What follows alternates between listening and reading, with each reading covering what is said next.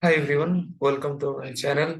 And today our problem is find the maximum GCD of the siblings of a binary tree. So this is easy problem. Okay. So given a binary tree and the task is to find the maximum GCD of the siblings of this tree, and you have to return the value of the node whose two immediate children has the maximum GCD.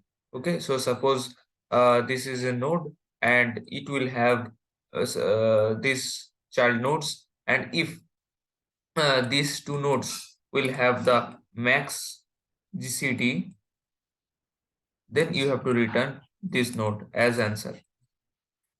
Okay, so clear?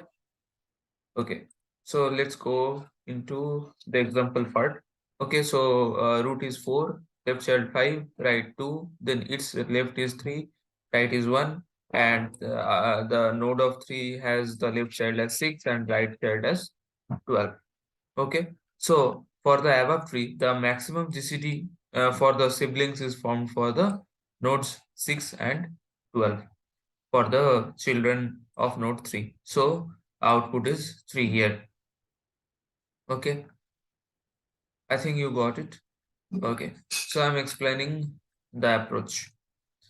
Okay, so here the class solution is defined here, and a method GCD is created which takes in two parameters, an integer a and another one is b. Okay, so in the method, if b is equal to 0, then it returns a. Otherwise, it will returns the result of the calling the GCD method again with the parameters of b and the absolute value of a minus b. Okay, so after that, another method helper is defined. Okay, which takes in a n node in a node okay node object root. Okay, and an integer array answer as input. Okay, so this helper method takes node object root and an integer array as input, answer as input. Clear? So after that, in this method, what is going on? So in this method, an if statement checks. Okay, uh, if the root is null or if the root's left and right children are both null. So if so, the method returns. Clear? Or then it calls the helper method recursively, passing in the root's left child and answer, and in the same way, then it calls the helper method recursively, passing in the root's right child and answer. Okay. Next, two integers, data 1 and data 2 are defined here, and data 1 is assigned the value of root's left child's data if it is not null. Otherwise, it is assigned to -1. Similarly, data 2, okay, is assigned the value of root's right child's data if it is not null. Otherwise, it is assigned to -1. Then, if data 1 and data 2 are not equal to -1, then it calls the GCD method passing in data 1 and data 2 and assigns the result to a variable GCD.